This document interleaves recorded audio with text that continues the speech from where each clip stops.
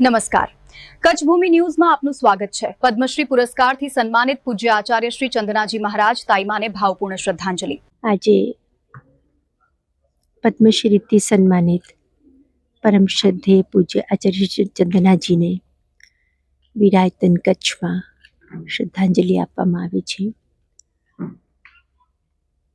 એમનો આખા માનવજાતિ માટે એક અમૂલ્ય ફાળો છે। પ્રવાહના વિરોધમાં જઈને એમને કામ કર્યું છે। એક અનેરો અદ્ભુત ઇતિહાસ યાદ રાખી શકે એવું કામ કર્યું છે। એમને પોતાના સાહસ, સૂઝબૂઝ અને દૃષ્ટિથી જૈન ઇતિહાસમાં એક નવો રસ્તો બનાવ્યો છે, એક નવું પૃષ્ઠ જોડ્યું છે કે દીક્ષિત વર્ગ પણ રચનાત્મક કાર્ય કરી શકે, સેવાનું કાર્ય કરી શકે, બીજાનું કલ્યાણનું કાર્ય કરી શકે।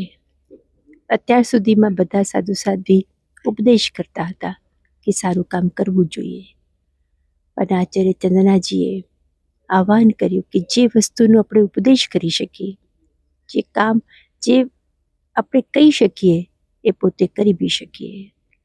આપણી પરંપરા એવી નહોતી, આપણો ઇતિહાસ એવો નહોતો, પણ એમને પરંપરાને છોડીને ભગવાન મહાવીરના શાશ્વત મૂલ્યો સાથે પોતાને જોડ્યો અને એક નવો રસ્તો પ્રારંભ કર્યો કે દીક્ષિત વર્ગ પણ રચનાત્મક કાર્ય કરી શકે, સેવાનું કાર્ય કરી શકે।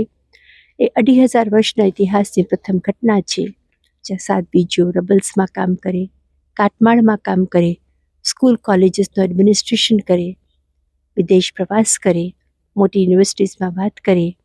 એ આચાર્ય શ્રી ચંદનાજીનો સાહસ અને સૂઝબૂઝનો ફળ છે।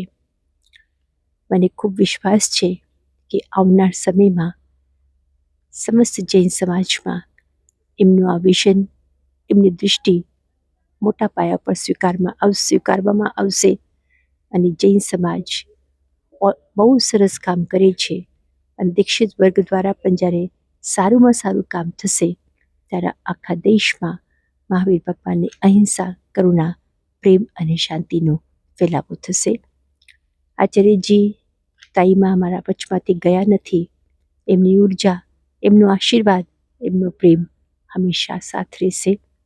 એને હૃદયમાં ધારણ કરીને વિરાયતની યાત્રા એમને આગળ વધશે, ખૂબ વિસ્તાર પામશે અને હંમેશા માનવ જાતિના કલ્યાણ માટે સમર્પિત રહેશે। નૈનમ છિંદંતિ શસ્ત્રાણી નૈનમ દહતિ પાવક ન ચૈનમ ક્લેદયંત્યાપો ન શોષયતિ મારુત। શ્રીમદ ભગવદ્ ગીતાની અંદર ભગવાન કૃષ્ણએ કહ્યું છે કે કોઈ આત્માને છેદી શકાતો નથી, બાળી શકાતો નથી, ડૂબાડી શકાતો નથી। આત્મા અજર છે, અમર છે અને અવિનાશી છે। એ કોઈ પણ શરીરે જન્મ લેતો હોય ત્યારે અહીં તો પૂજ્ય આચાર્ય શ્રી ચંદનાજીના સ્વરૂપે જેમણે આત્માએ મહાન આત્મા તરીકે આ પૃથ્વી ઉપર દૈવી કાર્ય કરવા માટે અવતરણ કરી અને જે કાર્ય કર્યું એ કાર્ય કર્યા બાદ જ્યારે કાળ ધર્મ પામ્યા ત્યારની એમની આ ગુણાનુવાદની સભામાં સૌ આપણે એકત્રિત થયા છીએ। આપણે શબ્દ વાપરીએ છીએ કાળ ધર્મ। કાળ ધર્મ જ એક એ સૂચવે છે મને ને તમને કે સમયની ઘડી ટીક ટીક ચાલે છે અને ચાલતા ચાલતા બધાને અનુસરવાનું છે, એમાં કોઈ જ બાકી નથી। એટલે જ જૈન પરંપરામાં એને કાળ ધર્મ કહ્યો છે। અને એ કાળ ધર્મ સહજ રીતે સૌ કોઈ પામતા હોય, પરંતુ જ્યારે સંતો એ કાળ ધર્મ પામતા હોય ત્યારે પોતે તે વખતે અહીંથી પૂજ્ય શિલાપીજીએ વાત કરી, દિનેશ મુનિ મહારાજે વાત કરી, અન્ય મહાનુભાવોએ વાત કરી કે એવા સમયે, એવા સ્થળોએ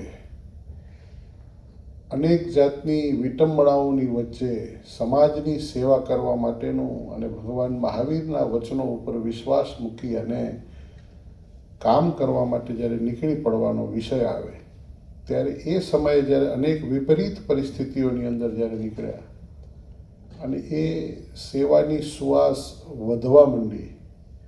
2001નો હું સ્વયં સાક્ષી છું. અહીંથી દિનેશ મુનિ મહારાજે જે વાત કરી, હું પણ સાક્ષી છું કે શરદબાગની બાજુમાં ખુલ્લો પ્લોટ હતો અને ખુલ્લા પ્લોટ ઉપર તંબુ તાણ્યા હતા, ટેન્ટ તાણ્યા હતા. પૂજ્ય શિલાપીજી હતા, ચંદાજી મહારાજ હતા, અનિલભાઈ, સૌ ટ્રસ્ટીઓ. ત્યારે જાહેર જીવનના કાર્યકર્તા તરીકે સતત આવવા જવાનું થતું.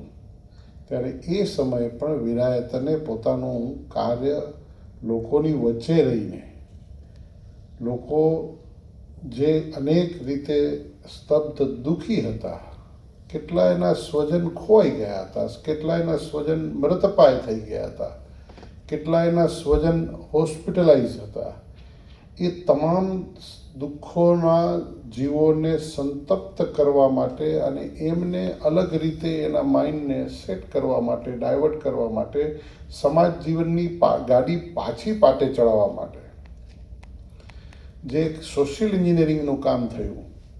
અને એ કામને કારણે કેટલાય લોકો, બહેનો, ભાઈઓ, બાળકો, એમને કોઈને શિક્ષા, કોઈને દીક્ષા, કોઈને સીવણ, કોઈને અન્ય ક્લાસીસ, આવા અનેક સમાજ જીવનના સુવાસોના કાર્યો પૂજ્ય ચંદાજીના માર્ગદર્શન નીચે વિરાયતન વિદ્યાપીઠે અહીં જે કાર્ય કર્યું, એ કાર્યોથી પ્રેરાઈ અને દેશના યશસ્વી અને તપસ્વી પ્રધાનમંત્રીજીએ એમણે ભારતનો સર્વોચ્ચ એટલે કે એક પદ્મશ્રીના ઇલકાબથી પણ પૂજ્ય ચંદનાજીને નવાજ્યા હતા અને એમને પદ્મશ્રી એનાયત કરવામાં આવ્યું હતું. તો એ સેવાકીય ગુણો છે. એટલે એ સેવાકીય ગુણોને આપણે સૌ કોઈએ સંસ્મરણમાં રાખવા જોઈએ.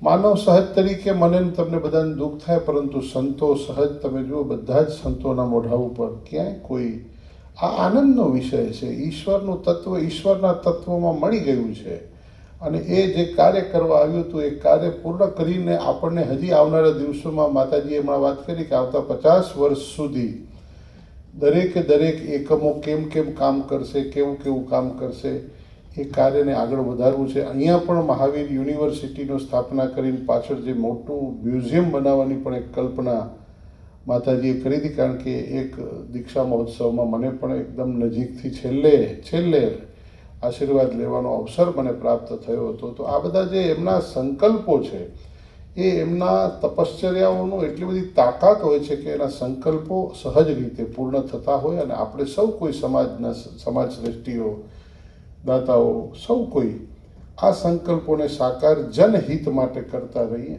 અને સહજ રહી આપણે જ્યાં પણ હોઈએ, જે રીતે રહેતા હોઈએ ત્યાં એ દ્રષ્ટિથી આપણે જેને પણ માનતા હોઈએ એને એમની યાદમાં, સ્મરણમાં પુણ્ય સ્મરણ, પ્રભુ સ્મરણ કરીએ અને એ દિવંગત આત્મા આપણે આનંદમાં જ છે. દિવંગત આત્મા ભગવાન મહાવીરને પ્રાપ્ત પણ થઈ ગયો છે અને એ દિવંગત આત્મા આપણા ઉપર સદૈવ જેમ સ્વયં જ્યારે અહીંયા ઉપસ્થિત હતા અને આશીર્વાદ વરસાવતા હતા, એવા જ કરુણા ભર્યા આશીર્વાદ, એવા જ પ્રેમ ભર્યા આશીર્વાદ આપણા સૌ ઉપર વરસાવતા રહે અને આપણે સૌ કોઈ સત્કાર્ય કરતા રહીએ.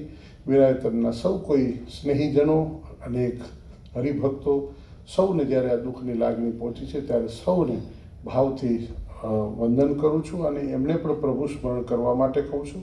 મારી પણ શબ્દરૂપી શબ્દાંજલિ, ભાવાંજલિ હું પૂજ્ય તાઈમાના ચરણોમાં અર્પિત કરું છું, વિરાયતનના ચરણોમાં અર્પિત કરું છું. ઓમ શાંતિ.